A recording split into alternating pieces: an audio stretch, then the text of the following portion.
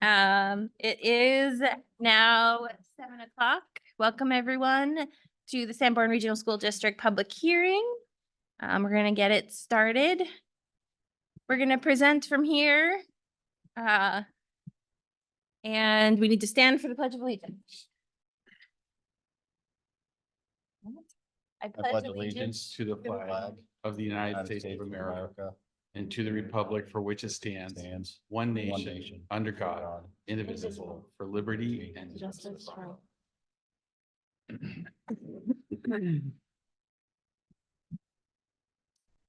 Are we good with the? Yeah. Okay, sorry, I should have checked first. All right, so public hearing, Matt's gonna present from over there. We're gonna review the budget for 24-25 school year. You're gonna have to tell me next slide, so. All right, next slide.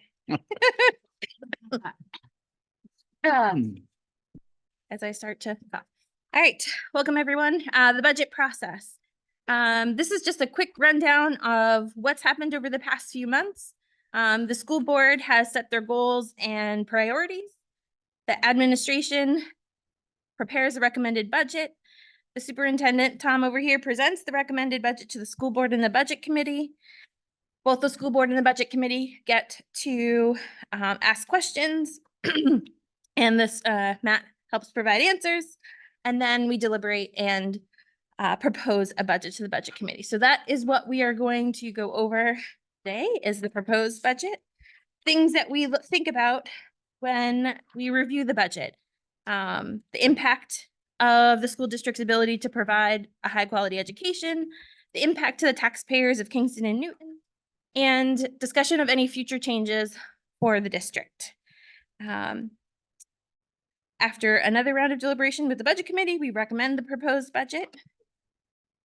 Then the scope of the Sanborn Regional School District. I feel like this is important, just so everyone understands what this budget actually covers. And so it's education for pre-K through 12, including special education, classroom supplies, books, technology, buses, compensation for all of the employees at the district, funds to support the use and maintenance of all of our facilities. So Beakey Elementary, the middle school, high school building, Chase Field, the Lee Swayze Gym, the Church Street admin building, maintenance of the old middle school building, and any technology to support the district. Additionally, we consider the funds to support the capital improvement plan and the 5-year strategic plan that was signed last year. Next slide is our 5-year strategic plan. The 5 targets: provide a comprehensive education, build a dedicated workforce, keep our employees, provide and maintain the infrastructure for the district, foster relationships with the community, and provide a safe and structured work environment. So those are the strategic targets that the school board and the district have been working towards over the past year. And here comes the part where I get to read Article 3. And the proposed operating budget.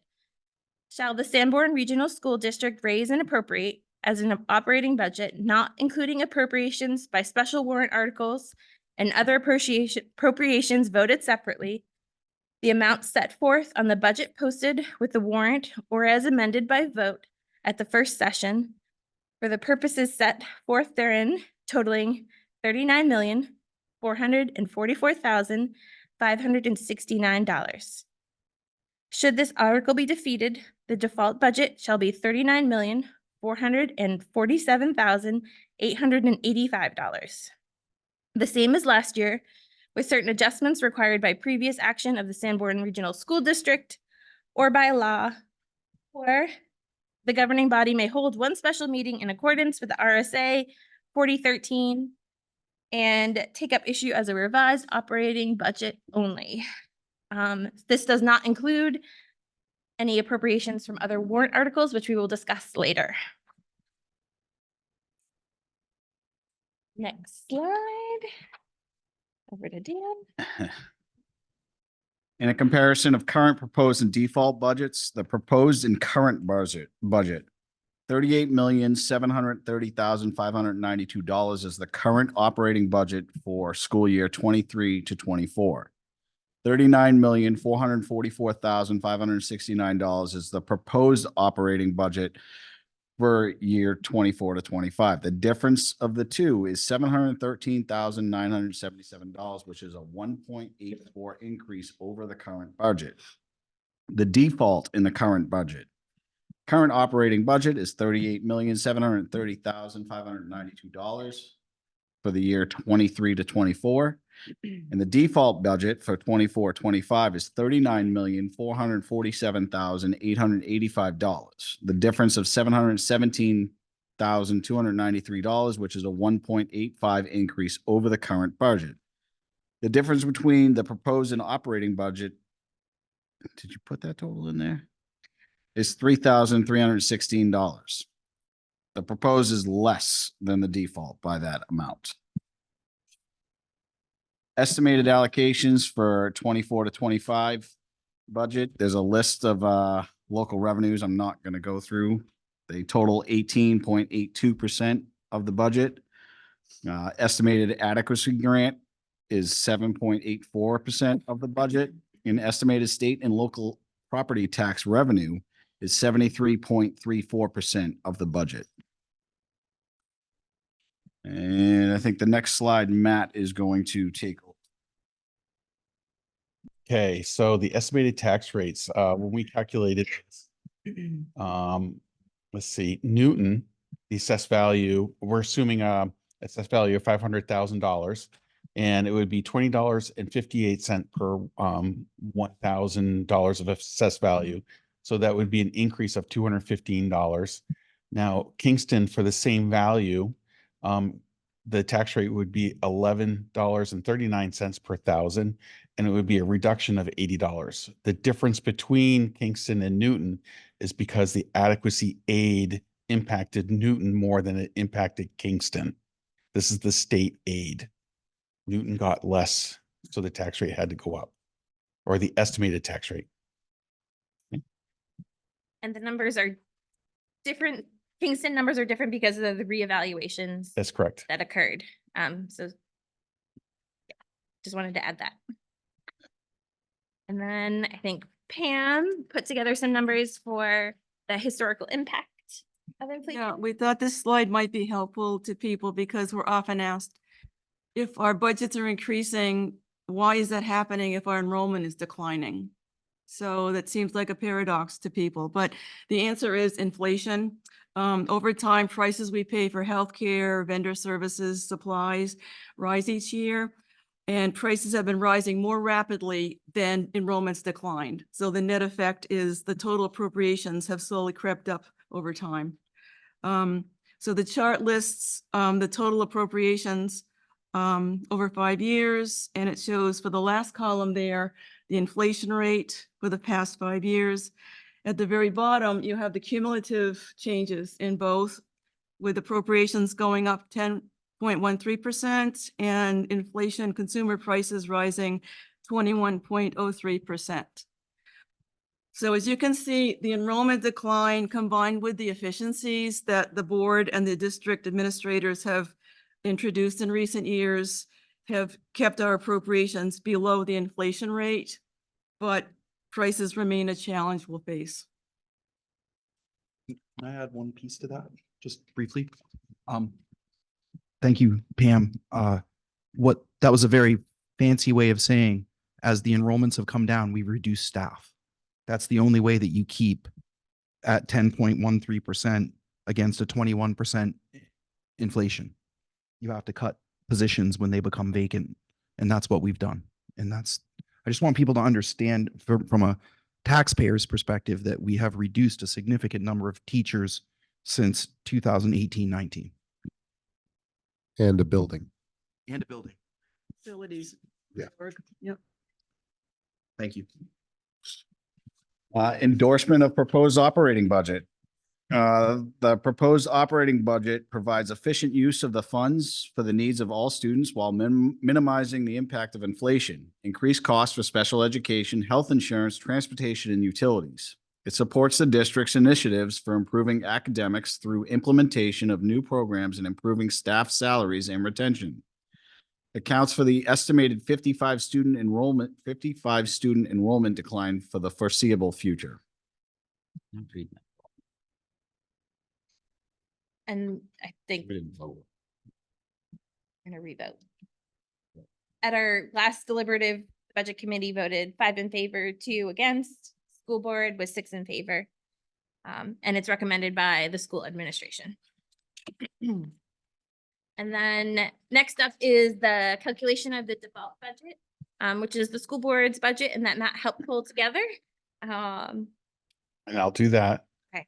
Okay, so the calculation of the default budget is per specific statute, which is New Hampshire RSA 40:13, Roman numeral 9B. The default budget is calculated as follows. What we have to do is we have to take the same appropriations as contain the operating budget authorized for the previous year, which is the current fiscal year. We have to reduce and increase by debt service, contracts, and other obligations previously incurred or mandated by law. Then we have to reduce it by one-time expenditures, then reduce it by salaries and benefits of positions that have been eliminated in the proposed operating budget. So the current operating budget, so based upon last year's Article 3, 38,730,592. And then we have on the next slide, increases and decreases. So the first one is employee contracts and related benefits, $92,447. Special education services, $456,657. SST, which is our vocational education, $60,900. Transportation, our bus contract, $24,271. The SAU office lease and the copier contract, those two total $20,365. And then other items such as our student information system, accreditation, and Primex, which is our property liability insurance. Those increases are $50,158.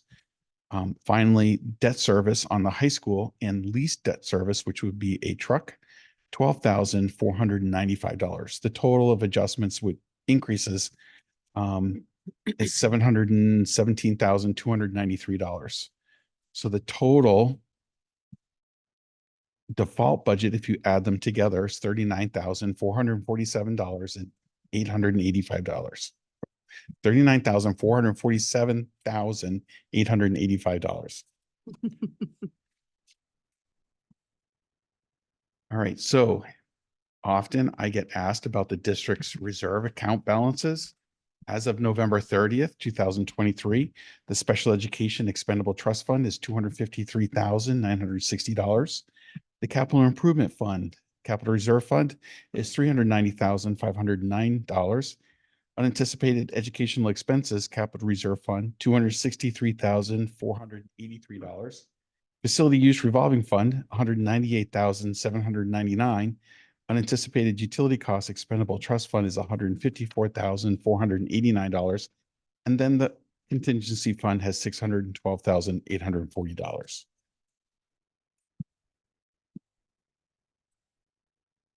So Article 4, this is the professional staff collective bargaining agreement. Shall the Sanborn Regional School District approve the cost items included in the collective bargaining agreement for the professional staff reached between the school board and the Sanborn Regional Education Association, which calls for the following increases in salaries and benefits at the current staffing levels over the amount paid in the prior fiscal year. The first year, which is 24-25, is $777,464. The second year is 25-26 is $994 and $994,990.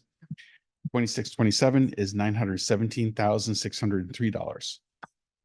Now, this is a continued of the same article, and further to raise and appropriate the sum of $700 and $77,464 for the 2024-25 fiscal year. Such sum representing the additional costs attributable to the increase in salaries and benefits required by the new agreement over those of the appropriation at the current staffing levels.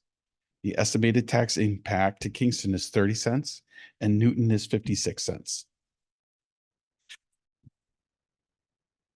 The next article is Article 6, Unanticipated Utility Costs Expendable Trust Fund. Shall the Sanborn Regional School District vote to raise and appropriate up to $25,000 to be placed in the Unanticipated Utility Costs Expendable Trust Fund previously established? This sum to come from June 30 fund balance available for transfer on July 1 instead of returning the money to the community to offset taxes. No amount to be raised from taxation. And the estimated tax impact is 0 for both towns. Article 7, Capital Reserve Fund, Capital Improvement and Maintenance. Shall the Sanborn Regional School District vote to raise and appropriate up to $50,000 to be placed in the Capital Improvement and Maintenance Capital Reserve Fund previously established? This sum to come from June 30 fund balance available for transfer on July 1 instead of returning money to the community to offset taxes. No amount to be raised from taxation. And again, there's no tax impact to Kingston or Newton.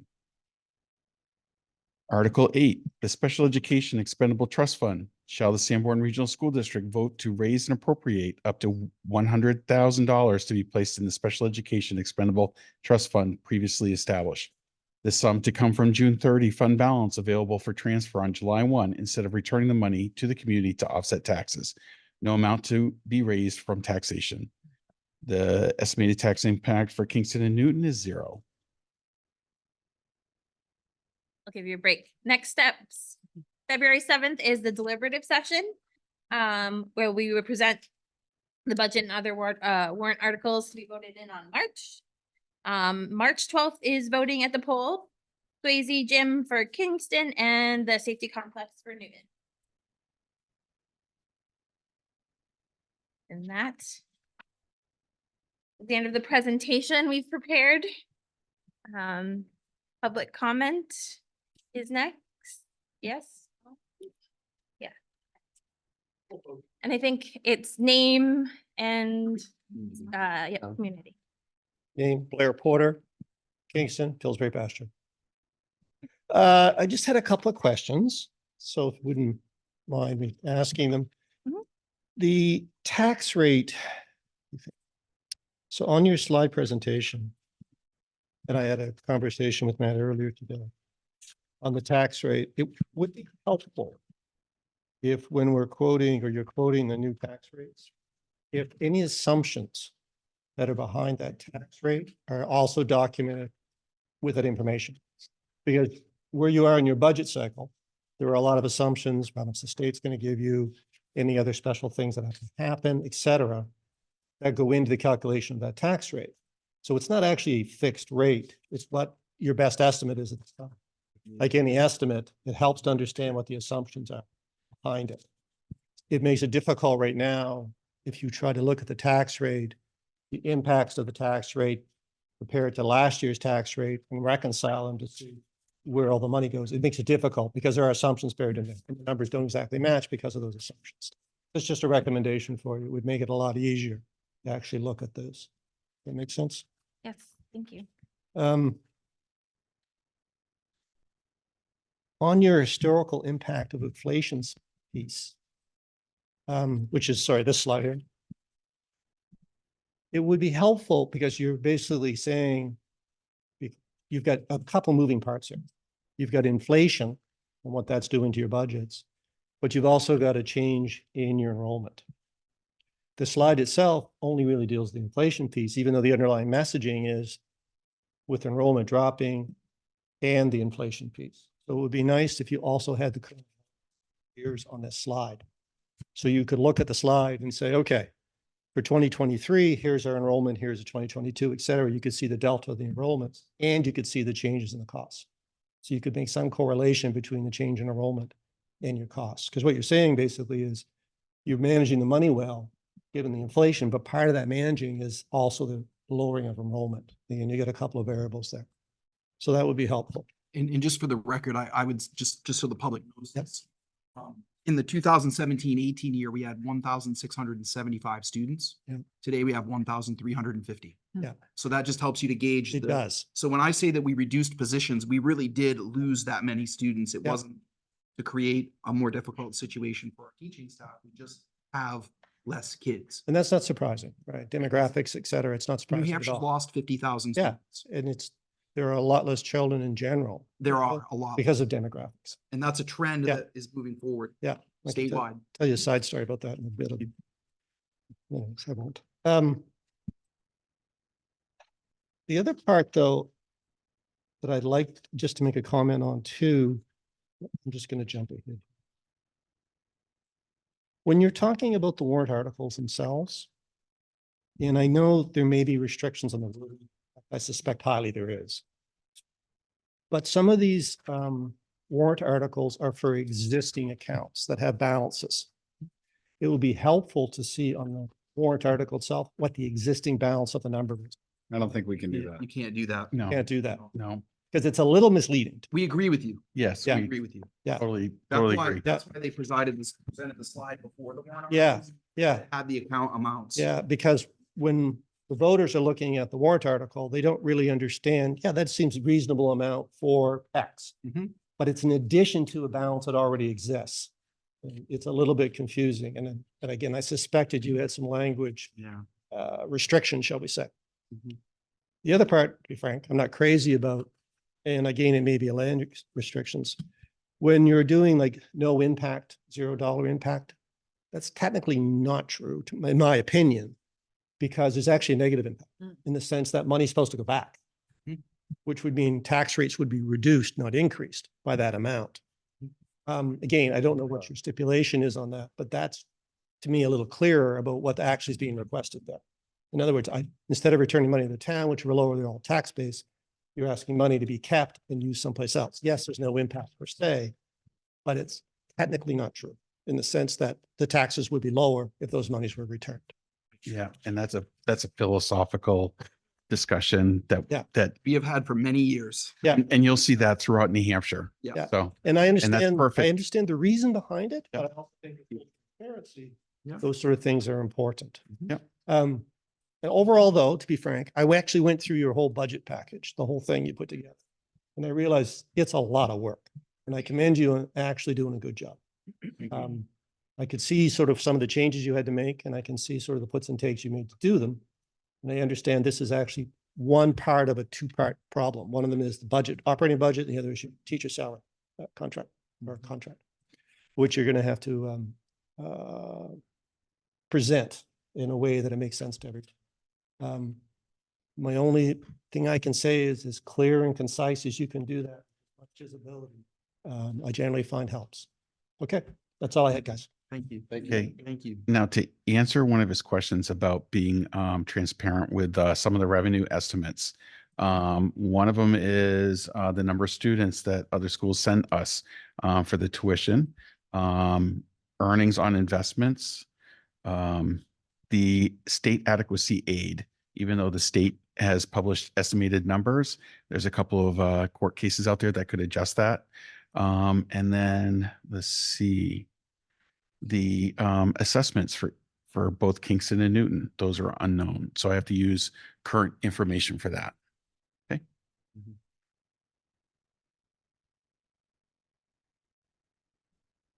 Welcome. Good evening. It's white mush out there right now. Everybody safe home. Am I allowed to ask questions or just make comments? Oh, no, you can ask questions, but you me. gotta give us your name in town. Sure. Cheryl Gannon from Kingston. There's no page numbers on here, which I thought we had written in our proposal or procedures. The slide, this comparison of current, proposed and default budget.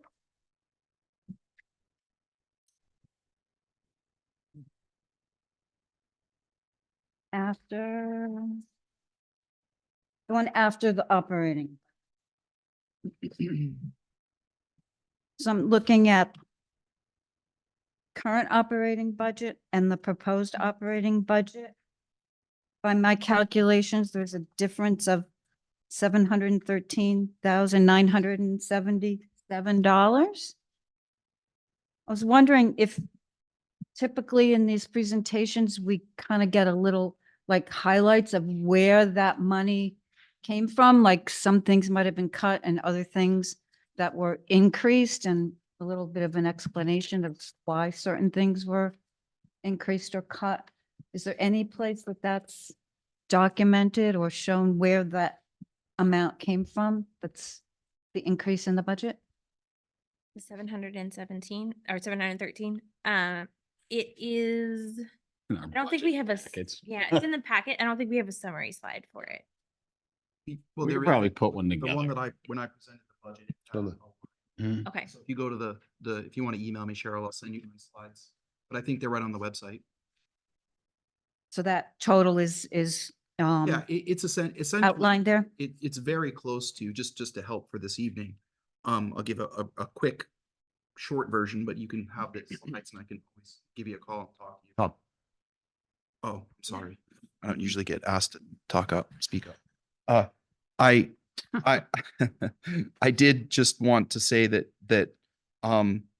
we did reduce roughly 9.5 positions. The original default budget calculation was over 1.6 million. And we knew that that wouldn't help us pass a teacher's contract. We tried to keep the combination of the budget and the teacher's contract below 4% total. And that's what we did. So it's really important for everyone to understand that when inflation is between 7 and 8% for a 2-year period, and we're at below 4% 2 years in a row, we're making reductions to make that happen. And it was hard. So the positions that will be reduced will probably be mostly retirements and people who choose to leave. That's our hope. And then when we got to the $713,000, the increase there is mostly contractual obligations. Special ed is a big part of it, Cheryl. Another part of it that's really important to think about is the oil, electricity, all the different parts of the budget that we really don't have any control over. We wanted it to come in at 0. We couldn't do it. It's just too low. Like we tried and it was cutting deeply into programming. And there are a lot of hearty debates on this committee about whether or not different things should be considered. And the consensus was that this was where the budget landed. I think Terry brought up, should we have paper play sports? And other people brought up, should we look at other lines and things that we could do? And we talked about it and agreed that this is the best possible. 1.8% is very low in these inflationary times. So I thank you for asking. That would be helpful for the deliberative session to have just a summary slide of I think we could. do where that Yeah. amount came Totally from. easy. Yeah. Yep. Cheryl, It's a good idea, Cheryl. the operating budget really is not much different than the default, except there's a lot of moving around the programs. But if you go to the default budget, the summary there, a lot of those items also impacted the operating budget. Okay. One of the major differences between the two is we had to move some teachers and paras between a special education grant and the operating budget so that we can bill for the para educators to Medicaid and generate additional revenue. Which gets to the other gentleman's question about the revenues, that we're trying to generate more revenues. And so that's one of the differences, but it didn't change the bottom line. It did change who's in the grants versus who's in the operating budget though. And you'll see those differences if you did a line by line comparison. Yep, you're welcome. Again, transparency is the big buzzword. Yep. So even if you put, and the operating budget is comparable, something like that. Yep. The district's reserve account balances. I was wondering if there were targets for each of those. And so like, just for example, 253,960 for special ed. Is there a target where you want to get that fund to be? Matt's retiring, so I'll answer. So I own it. Oh, no. Future. He wanted to answer, but I do want to, Cheryl, when I was an intern for administration in 2008, the school district that I interviewed to learn about budgets and finances had $500,000 in their special education reserve account in 2008. One out of district placement would eat half of this amount that's there today. That needs to be closer to 500 to 700,000. And I haven't increased that one in the time that I've been here for a specific reason. We've had other things that have been emergent that we really needed to deal with. So for example, the capital improvement fund, a school district of our size with 4 facilities, although we're only personally maintaining 3 at this time, we do own 4. That should be close to $1 million. We need a roof for Memorial today. It should just be paid for. And so we did make it clear when we created the 1.8% budget that one of the things that we left out that we're very concerned about is additional money for special education. And the second issue that we're really concerned about is capital improvement fund. And that's why there's a separate article to say to people, we're not asking you to generate any more tax revenue. We're just asking you to if we do a good job this year and have money at the end of the year, can we keep a little bit of that money to keep adding to these funds so that if we have a real emergency, which we almost had to spend the special education fund 3 years in a row. And remember, if I spend that 253,000, we have to regrow it. It doesn't just get replenished. So we don't, it takes years to build these up. So we only spend them if we absolutely have to. And we came very close to at least 2 years in a row. I think one time a while back, I was able to not do it. All of these funds are designed to protect us. So we decided that the unanticipated utility costs, if we added just a little bit more, that one would come in at below 200, and that would be, we wouldn't add to that again. We're just trying to cushion the taxpayers from having high and low swings. We want things to come in even. So if you notice, we scheduled the teacher's contract to align with the closing of the bond on the high school. So when the bond payments are done, the teacher's contract goes up, so the tax rate stays level. Our goal is to keep things as level as possible. These funds help us do that. We need a roof on Memorial. I'm going to try to pay for that out of this year's budget, but we might not make it, and we might have to spend down the capital improvement fund. So is there a capital improvement plan?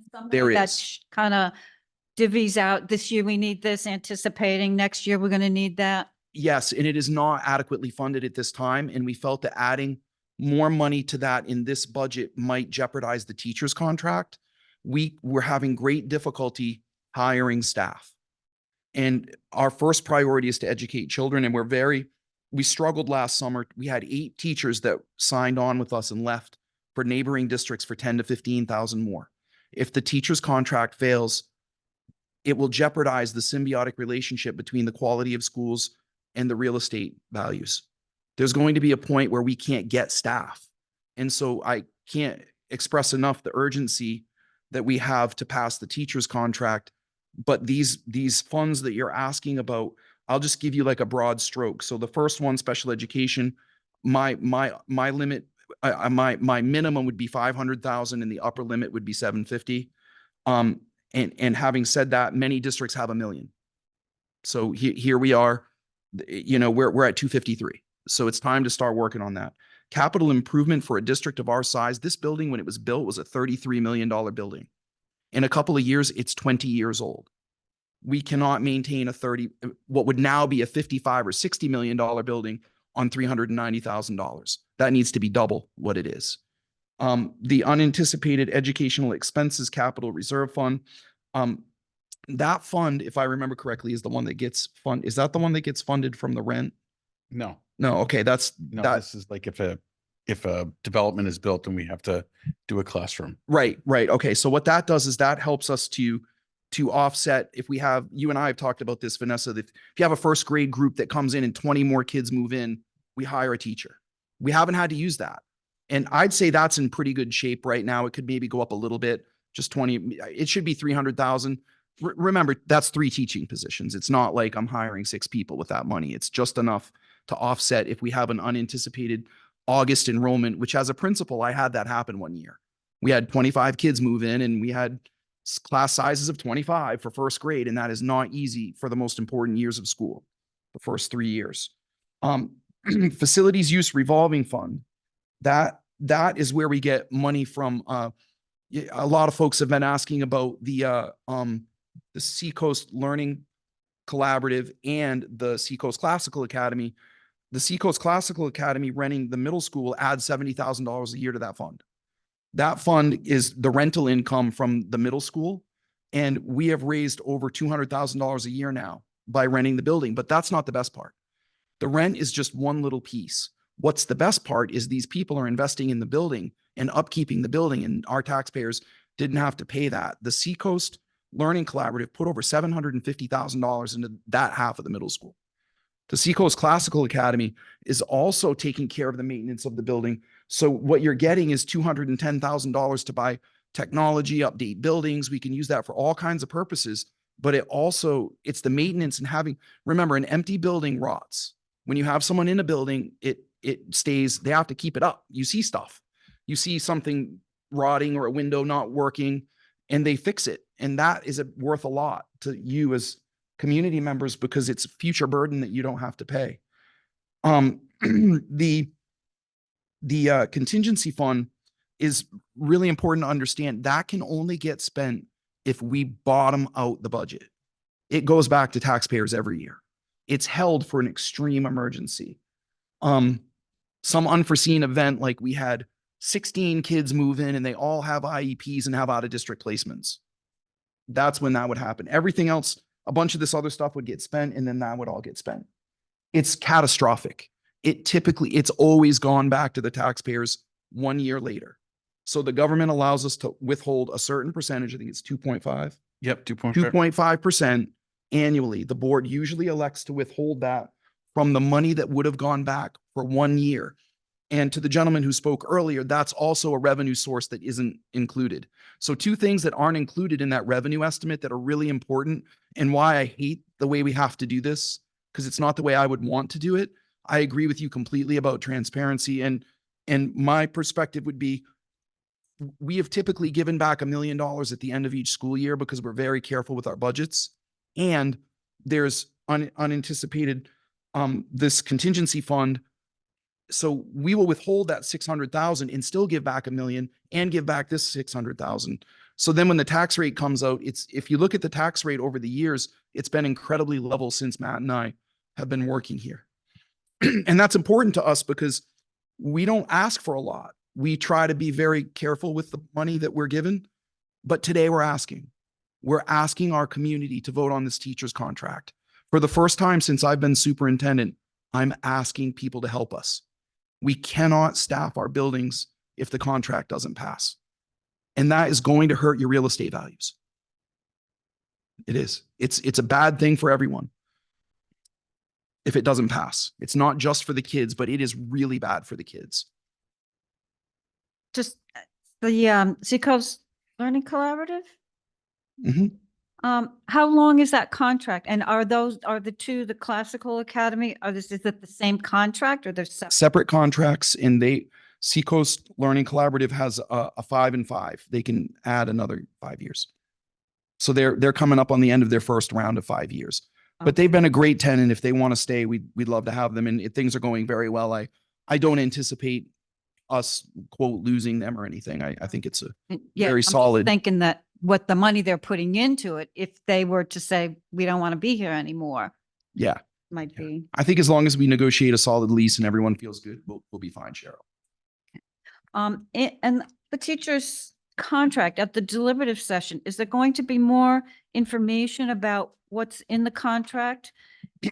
What was negotiated and like what part of that goes for benefits? Because I know that's usually a really big thing. The health insurance goes up and that's, you can see on the slide, like what's the proportion of what's going for salaries and what's going for benefits. What would you like? I don't know if that's the budget committee's. It's not really responsibility or a budget. board It's or- a school board function, the collective bargaining agreement. I will take that feedback to Mr. Angel and Courtney and these folks, and we'll talk about maybe giving a little more information because it's so important. I was I going to agree. say, yeah. I can say this, just as part of the PR subcommittee on the school board, as well as just a, member in general, we're going to do a real bang up job trying to educate everybody about not only the importance of the teacher contract, but also the rare opportunity that we as a community have to pass it with likely very little tax impact to us because of the bond coming off and other revenue streams that are going to be happening. So that we're going to be doing a lot of that. We can talk about what it means at the warrant meeting, but there will be a lot of communications about the contract and the details and why we're so excited about it. Thank you. And just to let you know that that article for the collective bargaining agreement does not include health insurance. Oh, okay. That's any impact to health insurance is in Article 3. Because that's a contractual obligation to the insurance provider, not to the teachers. But we didn't change the percentage of health insurance payment in the teachers' negotiations. The biggest thing that happened is the teachers themselves said this, they're so worried about staff recruitment that they actually took more of the money and put it in the first 5 steps. In 23 years, I've never seen teachers do that. So you have to remember that teachers' retirement is based on the top steps. And the veteran teachers said, you have to be able to recruit new teachers. So when you look at the pay scale, you'll see that they worked really hard to fix this was a truly collaborative contract. The contract is fantastic. The language is way better. We basically rewrote 2/3 of the contract language. We bought a lot of language with that money. We'll have PLC meetings after school instead of during the day, which means that teachers spend more time with kids and then they're doing their work together to collaborate after school. That's a phenomenal thing to get in a contract. Micah was there. I couldn't be happier with it. And if anyone would like to read the whole document, we are happy to share it. But it has been a truly collaborative effort to meet target 2 of the strategic plan, which is to recruit and retain high quality teachers. Just one last comment. As a teacher, I'm not in this district. I'm also retiring. Congratulations. And actually, part of the reason I'm retiring, I love my job, but it has been so difficult these past few years because we do not have staff. We don't have not only the professional staff, but the paraprofessional staff, the support staff. Without that support, it puts more stress and obligations onto the teachers. So they're not doing, as Tom said, what they should be doing as teachers. I came in this year, 90% of the people that I worked with last year with my students were gone. Yep. They're replaced with someone else. So Mhm. that also impacts the continuity of the education. We're re-educating teachers and staff about who these kids are and what their needs are. Mhm. So Building I, community relationships, right? Community relationships are so important for trust, Cheryl. Yeah. I will say that our para contract that we negotiated 2 years ago had a double increase. Our normal amount was about $80,000 or $90,000. It was close to 160. We are doing much better with staffing paras this year. So if this contract passes, the likelihood of recruiting and retaining staff goes up a lot. We saw it with paras. It made a big difference. So thank you to everyone for good for that. you. Yeah, that's, you're very fortunate. We worked really hard on it. Yeah. I am, as a professional, I work for a collaborative and they charge about $125 an hour for my services. Mhm. I am doing what a paraprofessional should be doing. And I said, I feel I'm taking your money. I can train a paraprofessional to do this. They said, we don't have the staff. Mhm. So there you go. Again, that's you. money being spent where it could be spent better to do the same job, but without the staff and that support and absolutely recruiting new people don't want to go into teaching. It's a very difficult job. And if you don't have that compensation and that support from the administration, it's very difficult. And what it comes down to is that the kids are the ones who suffer. Agreed. Thank you. Thank you. Thank you.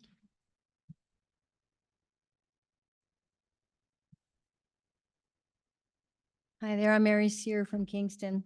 I just want to make a comment. The town of Kingston, I was talking with Tom, earlier before the meeting started, had their budget hearing on Saturday, and the operating budget for the town of Kingston is up 20% this year. They also have a bunch of money warrant articles.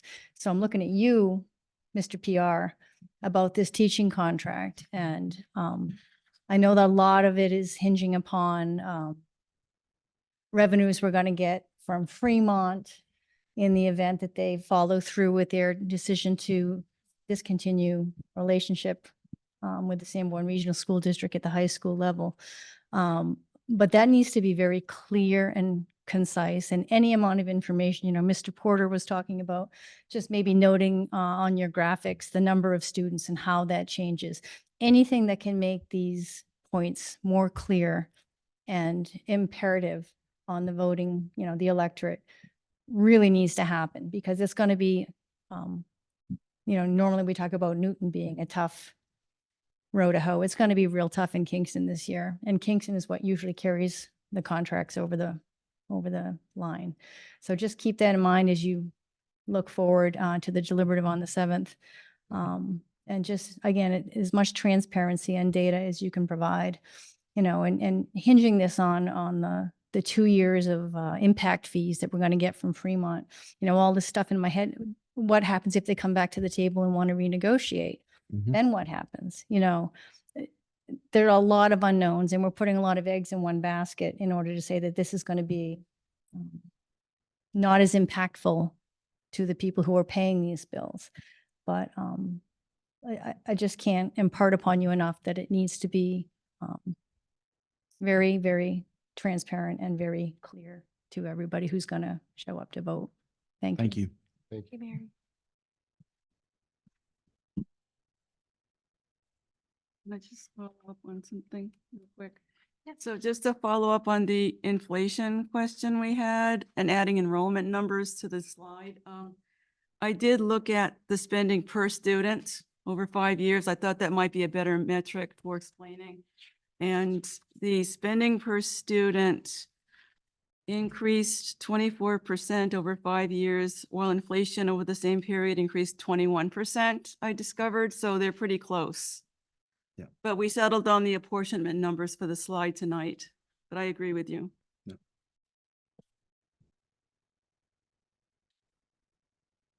right. I think that's the end of public hearing or public comment. Committee comment. I'll go round table because that's how I roll. Can I just ask? Of course.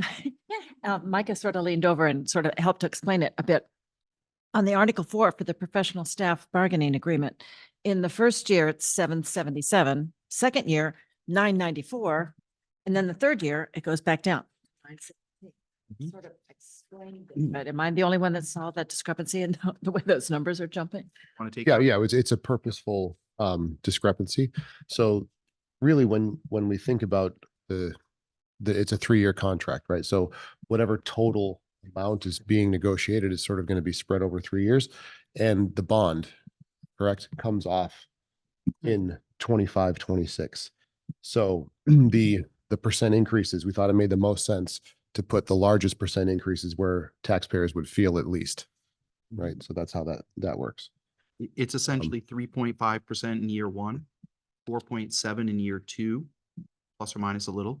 I'm estimating, and 4% in year 3, with the and to Mary's point. To Mary's point, the full, we carefully calculated it so that the full amount, without, regardless of Fremont or any other revenues, of years 2 and 3 are 100% covered by the bond coming off for the high school. There'll be no tax increase for those 2 years. Well, in the interest of this transparency and trying to have people understand, those Yes. numbers are going to just jump right out. Yeah. But your explanation was perfect. And that's the need, I think. There needs to be Can't something do else. it. Yeah. You can't. Nope. I know, and that's the hardest part, is getting people to hear the message. So yeah, we can't put it Right. on here. But we can shout it from the rooftops. Yeah, A lot we'll of do other- And your videos and- explanation going to of- need to- about a percentage increase in the first and the second and third year, that's Right. perfect, makes perfect sense. But looking at those numbers, Of course. Yeah, because you would naturally say, these represent a very aggressive increase for our teachers, which is exactly what they need, which is great, but also it's aggressive. It seems aggressive for taxpayers. But when we explain the fact that it won't be, yeah, that's going to be critical in order to get it passed.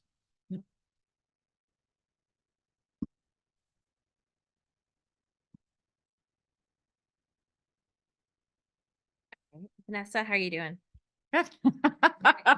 You looking for a comment? Yeah, I go round table. I don't. Micah, Do you want to do that for the budget committee meeting or? Yeah, no. Yeah, you might You want wanna- to close the Hearing. hearing and then go to the budget. Yeah.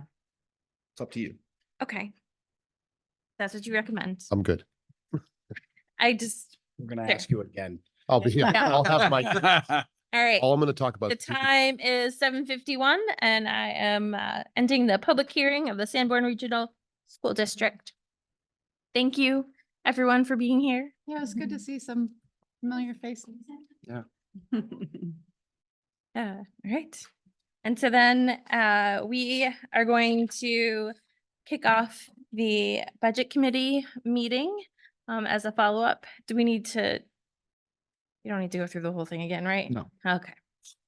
I apologize. It's cold season. So things we had on the docket for today is a potential revote on the proposed budget and to sign off on format.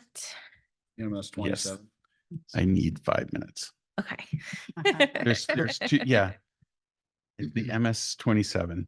All I'll right. have that do the Yeah. budget conversation. Yes. If you'd like to do the budget conversation while Matt's fixing something, Okay. we could do that. Fair enough. So I think we got some really good feedback on some improvements for our presentation. Really appreciate that. Which will get us ready for the deliberative session. Definitely take those into consideration. Vanessa, is there any other comments you'd like to make on the budget? I mean, I guess the one question I had for the committee was, we did get really good feedback and I'm certainly not objective to adding the enrollments to that one slide that Pam had prepared. I think that's great to have that because it is part of Tom's. So I think that was some good feedback. And then you know, I don't know, the slide, Cheryl's recommendation was the slide that outlines the add and takeaways. I know that we've done that sort of in the past. So I think that that's a good thing to sort of have in there. If we wanted to just, Yeah, just some high level to represent that 700. yeah, just to break it down and, Yeah. you know, the full thing of transparency. I don't know if it makes sense, and I'm just kind of throwing this out there to the group, but like, I know the teacher contract isn't really, we don't own it, right? And we don't have any say or anything like that, but you know, does it make sense? Or are we allowed to do some sort of high level, just points? I think at deliberative, that's the plan, right? Yeah. So when that article comes up, They'll, yeah. they that's the pick- plan, is read the article and then they'll present, this is how we came to this, and you know, they have a whole thing, I'm sure of it. So Yeah. I understand that that was the plan. Yep. Even before me saying anything, so. So will it be introduced, the timeline of it? So we'll present our budget and then it's introduced as we. As go the through. next article, right, you're gonna go in line, so. Okay.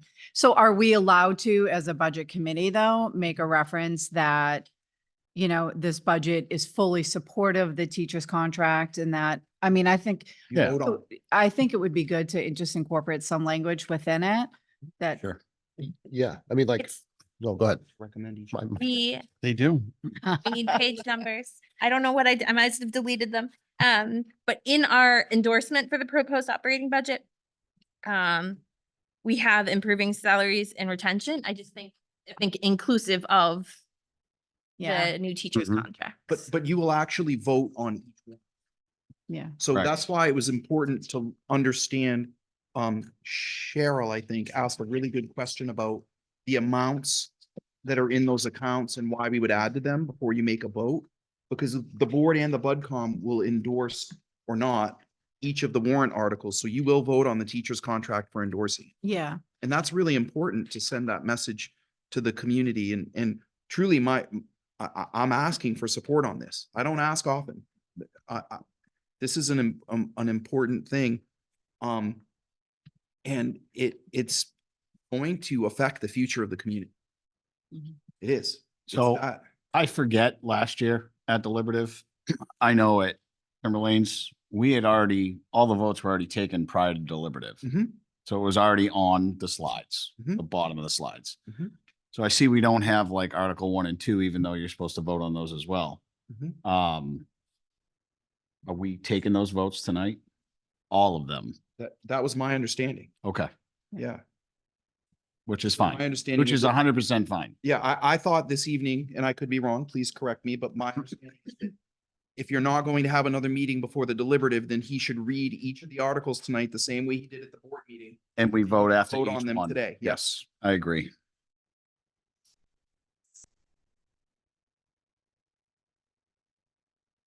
Like, what's going on? Is that, Courtney, is that the process? Would you like to have Matt read them one at a time in order and then you guys can vote on them the way the board did? I think that's the best way to do I think that's the best and clearest way it. to It do is. It provides real transparency. For the- Yeah. Know that we mention it, but I don't know. And I know it's just a personal preference. It is mentioned in there in support, but I just think anything that we can do to highlight it would Nope, just, agreed. Thank you, you know Vanessa. what I mean, would Nope. go so far. I think we cut back from last year and maybe we need to add a little bit more. So it's just It's fine. yeah. There's nothing wrong with that, though. No. I mean, and that's why you have the public hearing, right? Like you want to hear what folks want to see and make it a little bit. All right. Oh, And then I'm just gonna keep going round table. Micah, Yeah, one of, If you're done, are you- to that point, to Vanessa's point, one of my favorite talking point on this that has emerged through our various deliberations and discussions. What's that? Oh, and now I'm the one who's talking. My favorite talking point about the teacher contract is, if I'm reading this correctly, last year's budget represented, just the operating budget, represented an increase of 3.4. Is that right? 3 points. have to look it up. 3.8. It was less than It was 4%. it was less than 4%. 3.6, 3.8, something like that percent. You're talking about the teacher's contract? No, No, last year's Last year's budget. operating I budget. think it's 3.6. Yeah, I thought it was 3.6. Okay, 3.6. That was last year's operating budget. This year's operating budget and teacher contract represent 3.6% together, Right. which is great. It's, you know, Tom's team worked incredibly hard to make that happen, but a 1.8% operating budget and you add in a teacher contract and it's the same as last year's operating budget alone. That's one of my favorite talking points, which represents a bunch of things. And that doesn't even start to begin with the revenue streams that can, or the, you know, the bond coming off to potentially to fund it. But it speaks to the fact that Tom's team and all of us have worked incredibly hard to try to get that budget down to something manageable so we can sort of make room for this. And it speaks to the opportunity, the rare, I don't know when it's going to happen again, an opportunity like now to support the teachers. So that's, you know, all the ducks are in a row, lightning striking twice. I don't know, all the metaphors you want, Yeah, the moon. and right? The stars are aligned, all the things. That's, yeah, so that's my mini pitch right there. Thank you, Micah. Very. Well, I guess I had overstepped. was your- I oh, it's wasn't in- fine. No, I wasn't in the right order here, so I already asked my question. Okay, Yeah, no, okay. there was, I just go around the table to make sure everyone has a moment to Yeah. say something. Amanda, how are you doing? I'm great. So I think it was Cheryl who was asking about the reserve account balances and the goals. I wasn't sure if that was something we could put in the slide as a column with like a goal of what balance we're aiming for the accounts, or if that might be too confusing. I feel like for targets, my only The answer is we can do whatever we want. We gotta decide together. I just feel like where it comes to like estimated tax rate and targets, those are moving numbers. And so as long as we're very, very clear that that's the target or, I feel like it's okay, but I'm open to feedback to people who have done this more than I have. I would just say that, I would prefer to do that by going through the board and BudCom through the Mhm. process next year and agreeing on a target, not just me shooting from the hip in a meeting, saying, I kind of think it's about this. Like, I like to have data to back up decisions, Good, so. because I was gonna say that. I'm going there, so I beat you to the punch. I'd prefer to do a process and have some data. I get first. it, yeah. Those were really rough estimates. I agree. Yeah. Okay. And I think it would require more conversation too, so people truly understand what they Sure. are. And I agree with her, with Amanda having it on there, but I also agree with Tom that we should probably talk this out and Have more data clear and stuff like numbers. that. and- You know what I mean? He is shooting from the hip, with the exception of the utility cost ones, because we kind of already fleshed that one out. Yeah, we've worked that one the way I would want to work the other ones. But exactly, so, yeah, I think that would have to make it a priority in the beginning of the budget season, so we know it's the target we're working for. Yep. Beautiful. That's all I have.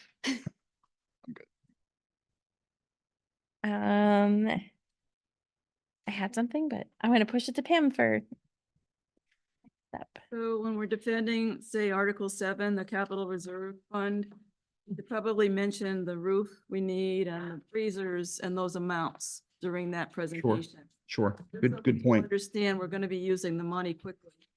Yep. That's my only recommendation. Thank you.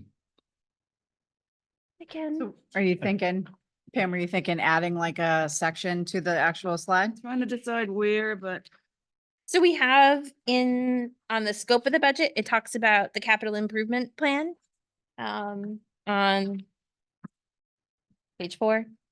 okay. I think, That might be a good place. yes, so we talk about the strategic plan, but we don't talk about the capital improvement plan. Right. So I I think know. almost that would be a school board. That specific article, the school board would say, these are the things that are coming up. If You we know what I could- mean? Because our role's the budget, and this one specifically is the school board, so I would almost Right. think that the school board, which Mike is here, so he can take the lead on Yep. that, but that's just how I feel about that. Was this covered in the superintendent presentation? Feel like some of this I didn't want to repeat, and now I'm lesson learned. It's a fine balance between, so the thing is that, we can work with you to kind of get a little more in there to show like the 2 freezers and the roof and the other things that have been talked about a lot, because the more frequently we say them, it might be that one person, we might say it over and over again, but one person might watch one meeting on the YouTube feed one time and hear it once. So I think it's okay to be redundant.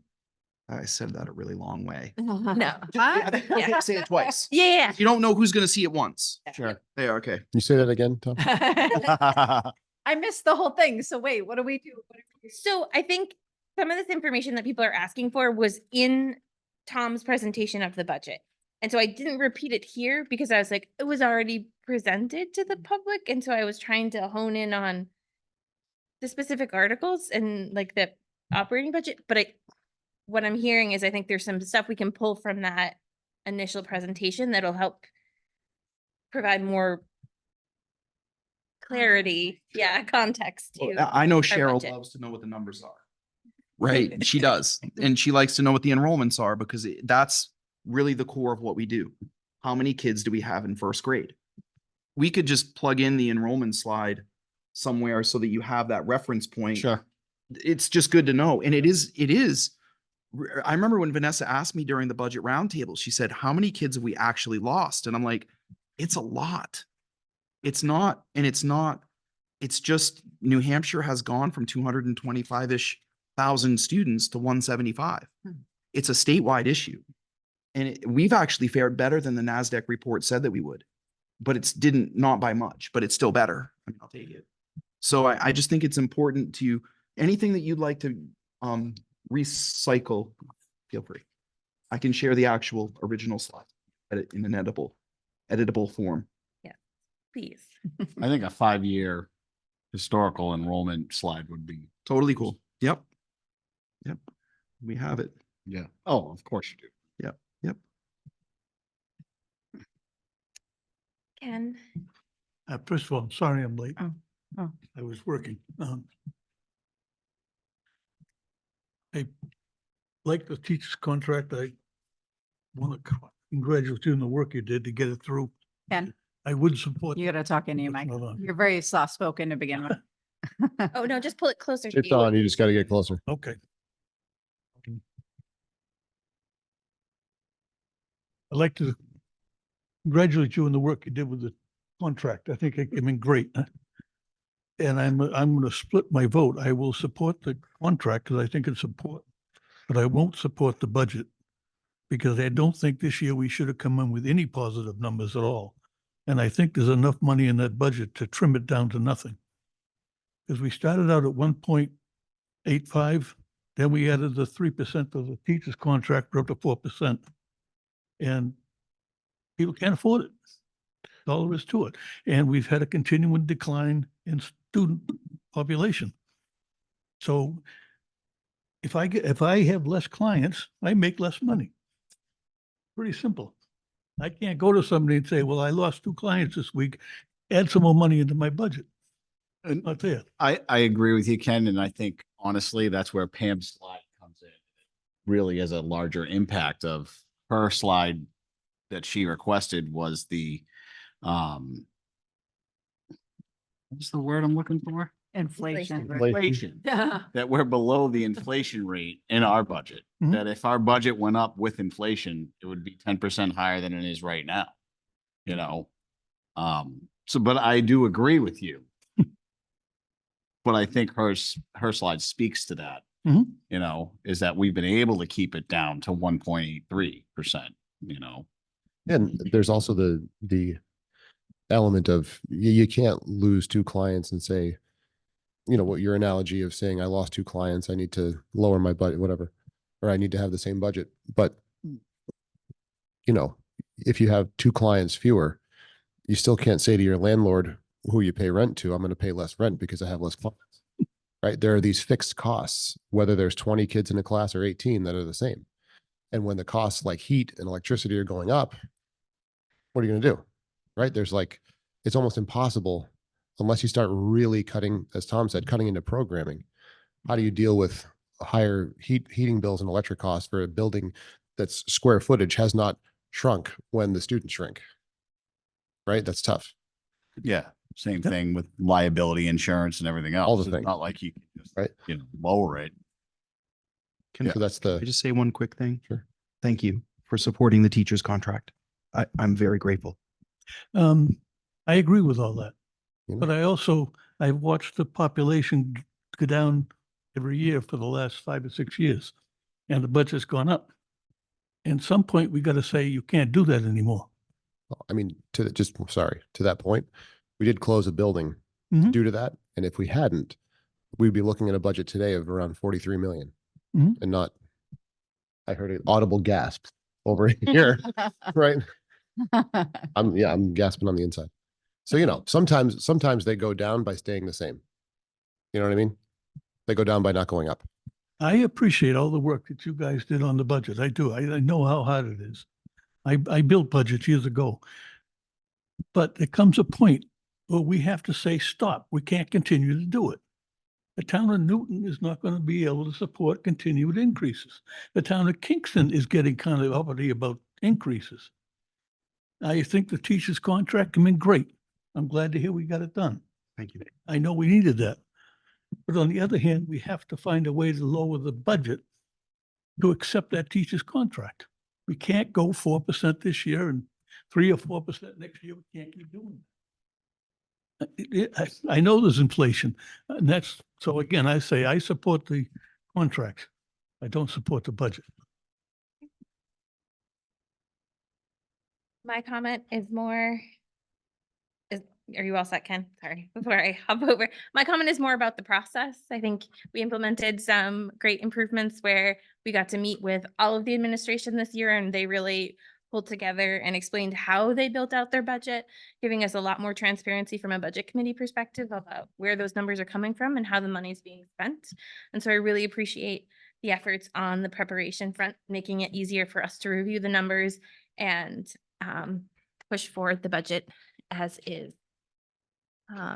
So I think the next step is everyone is here this time. We can revote on the proposed budget and then Matt, we would love for you to Yeah. explain the articles again or read them out.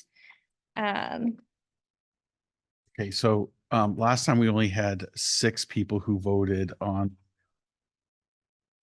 the operating budget. I'm anticipating everyone's going to vote pretty much the same way, except we're going to get 2 additional people who weren't here at that last meeting. Can you read the warrant articles just Sure. right down? Yep. Would that be okay, Courtney? Do you want to do the budget first? It makes no difference. We're gonna do them all. I would just do them in order. I agree. Yep. And when you say last time, I The don't only remember. person when who was you- missing was when you- Brian Here. here. You're one of the Makes people sense. that's voting tonight. Makes sense. All right. That was You don't that. remember, Dan? I got you now. I'm like, All right. Courtney voted for. oh, that's all right. Okay. So this is for Article 3. You want me to read the whole thing? I can. Where is Article? Is 3? it required that we? No. No. It's not No. in here. Okay. Okay. So this is just for the operating budget. Oh, here. So it's for $39,444,569. If the article fails, then the default budget's $39,447,885. Okay. Yep. Is it the, So all we're doing is like, it's a motion to recommend. That's right. And then people who say yay, they'll go down in favor, and people who say nay will go down as opposed. Right. make a motion to approve the operating budget? Recommend. Recommend it. Second it. Yeah, All in thing- favor? The same thing happened to us in our meeting. What? He would just be saying recommend and we go, sorry, recommend. Just put your hands up. In You're favor? recommending in favor of the proposed budget. 1, 2, Article 3. 3, 4, 5, 6. 6. Yep.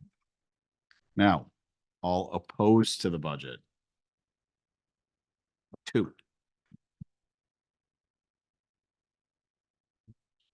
Now, this next one, Article 4. This is the professional staff collective bargaining agreement. Shall the Sanborn Regional School District approve the cost item is included in the collective bargaining agreement for the professional staff reached between the school board and the Sanborn Regional Education Association, which calls for the following increases. I'm going to jump down, and the first year is 777,464. The second year is 984,990. The third year is 917,603. Now we're going to raise and appropriate the first year. All the other years would be included in the operating budget in the following years. So that it would be raising and appropriating $777,464 for next year.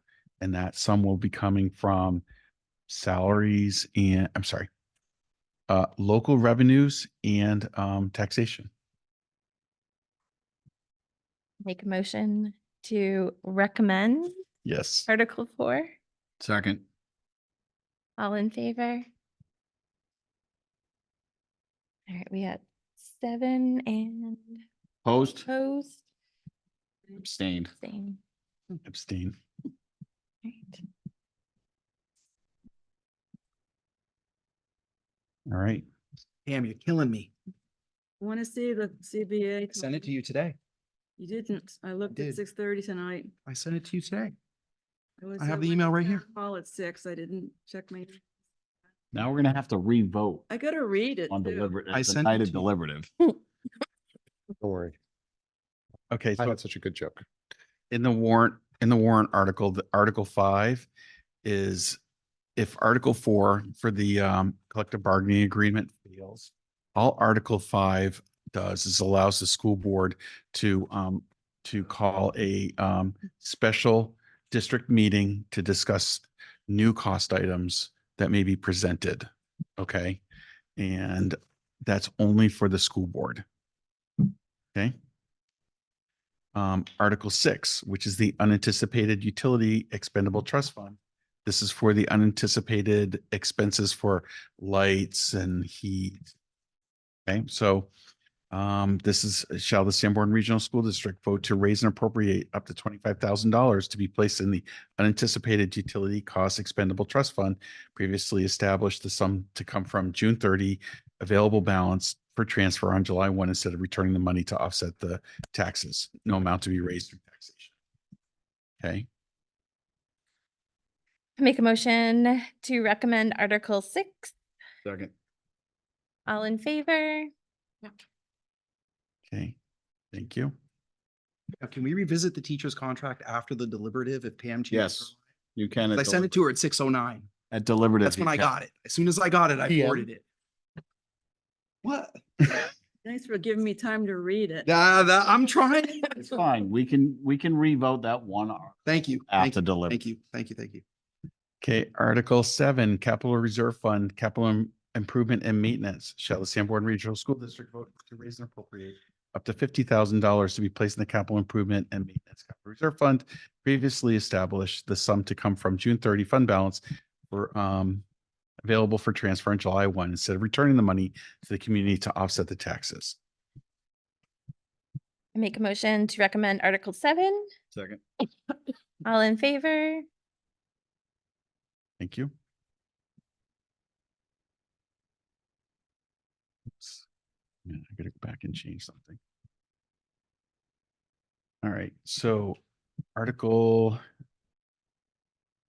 8, Special Education Expendable Trust Fund.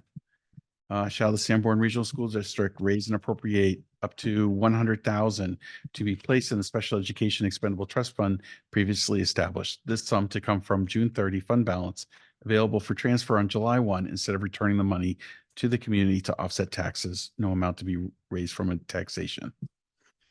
I've had too much coffee today. Make a, make a motion to recommend Article 8. Second. All in favor? All right, so I get 7, all opposed. 1. All right, let me make sure about everybody.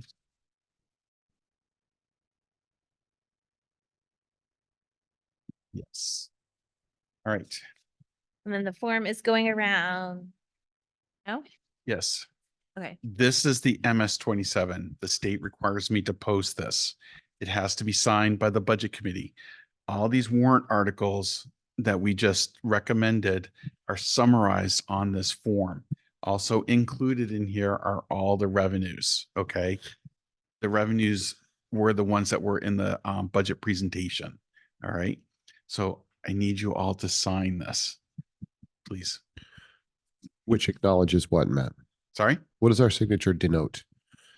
You're gonna say, put in your name, No, I budget know, committee. but what are we conveying by signing that? So under perjuries of penalty, no, penalties of perjury. No, like. Perjury is a penalty. It's a whole new thing. Yeah. So basically you've examined the information contained in this form and to the best of my belief, it is true and complete and correct. Great.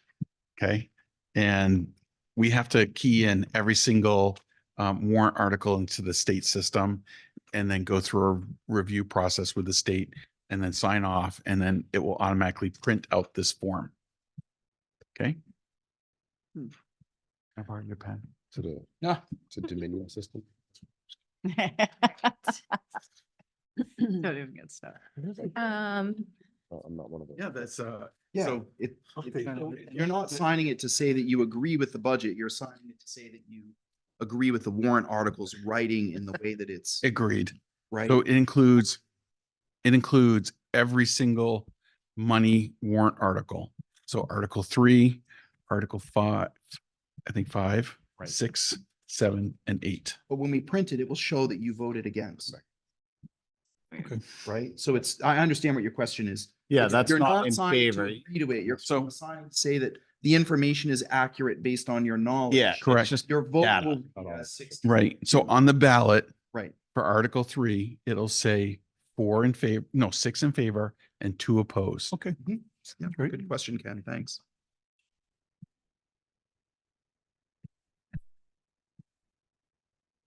Right, well, that is going around. Any questions on the form? No. One last thing is approval of minutes, our previous meeting minutes that were sent out about a month ago. It's the meeting I wasn't here for. Yeah, Pens right there. no. I can't get it. Oh, yeah. I'm sorry. Oh, it's okay. No, I Can we borrow your pen? wrote my name. And what brings us down, but I don't. A pen or two. Oh, I've got a pen. Dan's got something over there, so I think Yes, I do. that side will be okay. I don't use pens anymore. I do. How do you not probably use have the pen? How do you sign? Just old things? school, Dan. How do I do this? Electric signature, like on everything electronic? We scan all of our invoices and everything. Everything's electric. Everything? Everything. Yeah. Yeah. No, how I many have to sign, checks the- I I have sign? to sign the manifest every week. So I have a pen on my desk. That's it? Really? That's pretty much it. I cannot wait to get there. Yeah. Can I just say I am so happy with the teacher's contract? Thank you. I like very well done, long overdue. I've always had a concern about the teacher's pay scale in this district. And, Looking at that chart every year, it's so disheartening. I and, mean, and the hardest part was we negotiated in the middle of the pandemic, the last round, and we didn't think it was going to pass even at 1.5%. Yeah. So even the teachers were like, let's just get this as a placeholder so that when we come up, we've planned on this for 6 years. Yeah. For this, when the bond came off for the high school. yeah, you guys did a great job. Thank I'm you. really happy with it.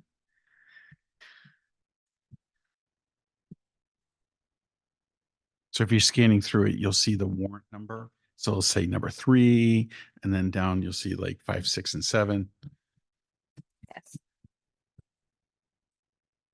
Oh, one column is for the budget committee, another column is for the school board. And it also compares to the prior year actuals. Matt, when's your last day? June 30. You didn't know? Can't even stick around and I do. knew the like, fun I things. didn't know the exact day, but Can I be, I love it. the revenues, they're estimated. They're slightly different than what's in the presentation. Yeah, It can't be. I don't know that. Well, the presentation says as of November 30th. November 30th. So what I'm talking about revenues, right? So we got 7.4. Okay, what they're doing here is this is the local tax, where the state tax for the state doesn't like the state. Okay, thank you. Problem. Okay. I don't know what we're gonna do without Matt, you guys. Yeah, okay, so this is just. I a begged his philosophy. wife to let him stay, but she said no. This is a philosophical thing where I try to report the local and the state tax together because 100% of that comes to the school district. Now, just so you're aware, with the 2 lawsuits that are out there, it may set up donor towns. So that's in the future, after I retire. Lucky you. What are donor towns? I don't know. So donor towns are where money's taxed here at Kingston and is spread throughout the state and other communities. So in other words, if it's kind of like the way it is in Maine in the sense that if you live in one of the coastal southern Maine towns, which we lovingly call northern Massachusetts, you're paying for the education and the kids in the towns that don't have any money. Okay. So it redistributes the wealth, so to speak. Got it. Okay. I've never used the term donor towns. I've always thought of it as there's the real estate tax and then there's income tax in Maine. That income tax goes to fund other communities, school districts. It's a very different model. I prefer this one by a lot because we can talk about our money here. This is a step toward that changing. to be honest. I don't know if that's good or bad. It, Is it only for the state of New Hampshire, Yes, these cases? yeah. yes. I could see both sides of it. It's interesting. I could can, see because like the poorer communities that don't have Yes. the tax advantage that upper level Yes. communities have, and Mhm. so they don't have the right education, and it's that whole critical race. You know what I mean? It's crazy. It is. It is. And the education that you get in Falmouth, Maine is not even remotely the same as what you'd get in Western Maine in a poor community. Yeah, And even with the subsidization, it's not even close. yeah. That's interesting. It's true in New Hampshire too. Yeah. What Oh, our yeah. kids get versus other communities is Sure. Interesting. I didn't know about that. probably could, probably should, have usually do. Okay. Oh, no. Any, Okay. Cheryl and Mary, do you guys want to do another public comment round? Okay. I was gonna say that. Again, Mary's here from Kingston and directed to the communication that you're gonna, the outreach that you're gonna do. Keep in mind that the Carriagetown News last publication is February 1st. Just Yep. found that out. So just make sure that whatever things you would like to communicate to a broader audience who is not connected via email or, texting groups or social media, that you get those submitted on time and give it your best shot. Thank you, Mary. That's very important. Micah, that's really important because that means we've got to get something out like in a week. I'm on it. Because you need to have it in ahead of time to get it in the paper. Yeah, Yeah. yeah. Trying to figure out how to spell his name. He doesn't know his name. No, he's trying to figure out whether he What was did he do budget for- committee member. Yeah, Matt, what do I do? You can say, school board member rep. Yeah. Yeah, I'm that's, pretty sure I that's think what- that's, yeah. I'm just looking at it like, You could just write both. Yeah, exactly. Spelling not enough room. Do I write out JL? I write out representative. REP.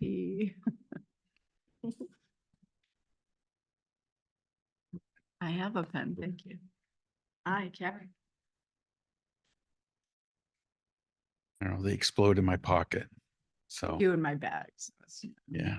And then I can't find them when I need.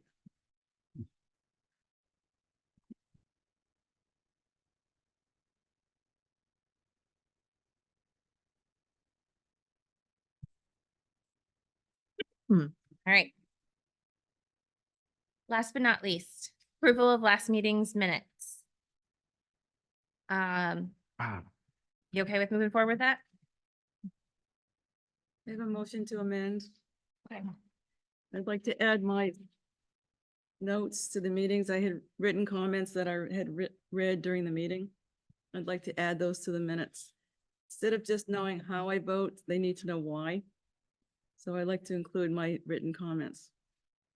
We did that at a previous minutes that before. I If guess, you'd like the table, I can forward them to everyone so they can recall. Very educational. You want to add all that? For the minutes, Yeah. that sheet of paper? Is that like your statement right there? Or is that all the minutes within the? Oh, this is these are my comments. Yeah, so the minutes are designed to be a condensed version. It's not, so in the For record, past, I can add my comments. in the past, I've had comments removed. Because it's meant to be a condensed, so it's not meant to capture everybody's individual.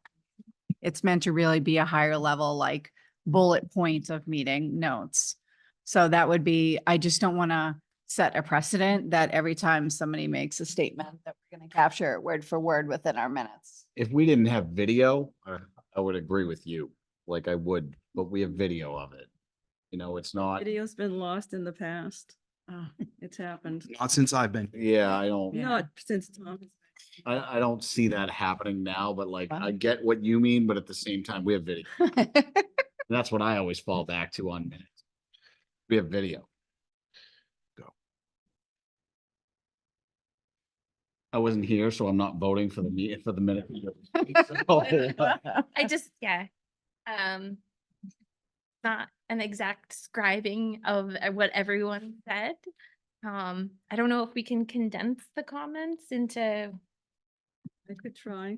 maybe like 3 bullets or Seems whatever. like the there's, 3 a- bullets. there's a lot more detail when it comes to the SAU office's discussion than it is when we have comments.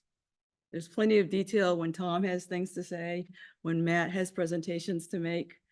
But when the actual members have something to say, you don't see detail added to the minutes. I thought that was because I'm special. Well, you are special. You're special, all Are right. the, are our minutes? Look, detailed like I'm that? just saying it's up to the No. committee. They used to be, but we've changed that. We've worked with Phyllis on that. We'd have to call them the hours, Mhm. not the minutes. True. Are we? So I think some feedback can be is that we just come up with maybe quick bullets and not a word for word. I seen, my opinion is this, that the meeting minutes are not a word for word scribe of what happened, but a high level overview. If you want to put in, hey, these are the 3 things that I touched upon. Again, we can refer to the video. They're all tied together. I just, I don't think the minutes are the right place to have the whole entire thing in Okay. there. That's my take on it. I do want to include that you had comment though, like it's not. All right, just write C video, it's fine. I think, I don't know what the comments are off the top of my head, but if there's like talked about inflation or this or that, like some high level description so that they can go search for it if they want all of the details. Well, I'm just a little disappointed, but that's fine. I was too in the Shouldn't have past. encouraged me by approving the last set of minutes, that's all. Now I'm on a roll. And so I'm learning as I go. But I think if we can come up with like 3 bullets or whatever, how many topics you talked about, just like high level overview of those 3 things, I think that is a good compromise. And we can talk about it and approve them. We have to do a meeting after the deliberative anyways, so we can just do it then. Sure. All right, Thanks. appreciate it. Thank you. All right, so that's. High level bullets. Okay, yep. Budget. Anything else? The roads are awful, so be careful. Great. Great. Super. All right. So it is 8:32. I am going to call an end to the Sanborn Regional Schools District Budget Committee meeting. Thank you all for being here.